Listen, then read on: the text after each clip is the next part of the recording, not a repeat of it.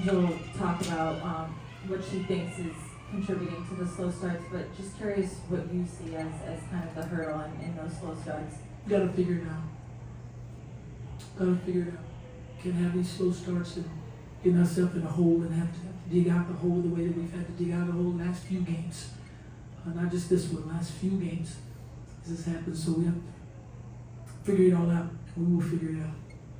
And then in terms of just maybe improving the offensive production, do you see that as still being something like the team's learning each other, or is it an issue with, execution and set plays? It's an issue. It's an issue with execution.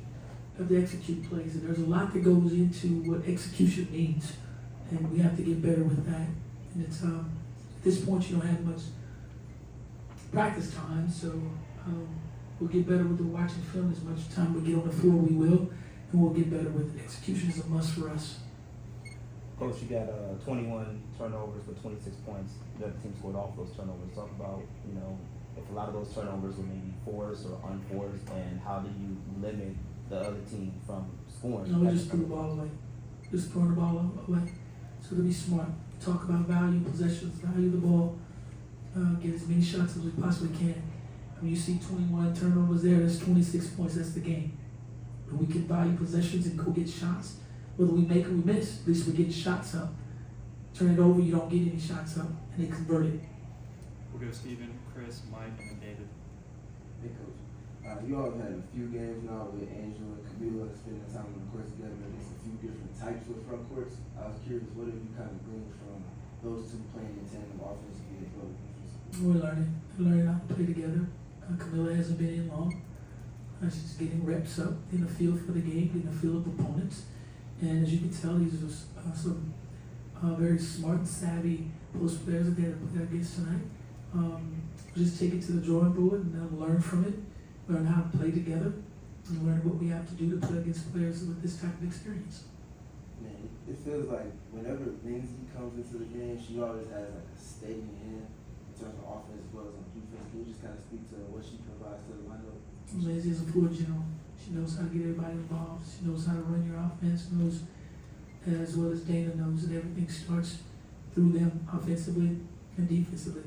Initiate everything.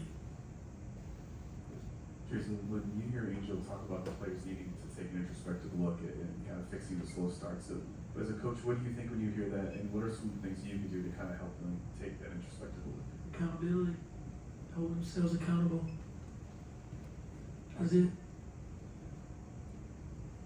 Coach, I was wondering, you talk about all season long, this is going to be about learning not only how to play together, but how to win together. What are things that aren't in a box score or aren't on Google that you're looking for from Angel and Camila that you want to see from them after every game? Everything is on that book.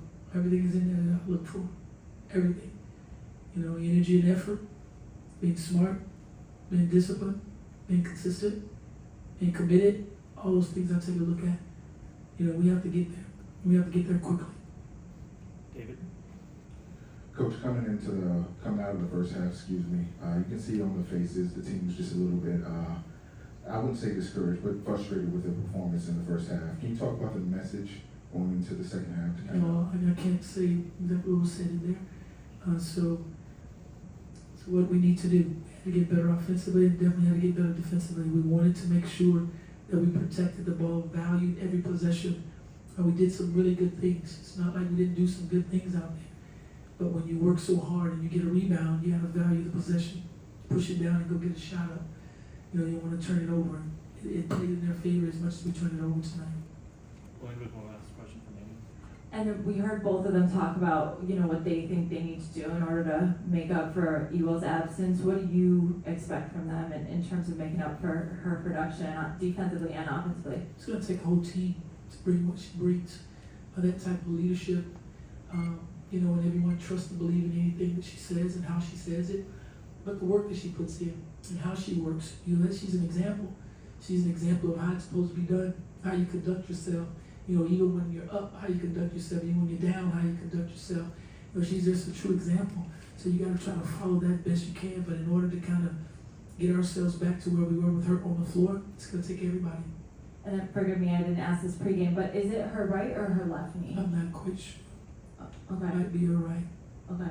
And then, in terms of her still influencing from, you know, the sideline, what are you gonna expect from Elizabeth in terms of just being that same veteran presence, but from the bench? And she'll be with us. That's something that I definitely want her to be with us. You know, she's our family, so we stick together no matter what. And on the bench, she's a veteran. She's gonna lead. She's gonna talk. She's gonna direct.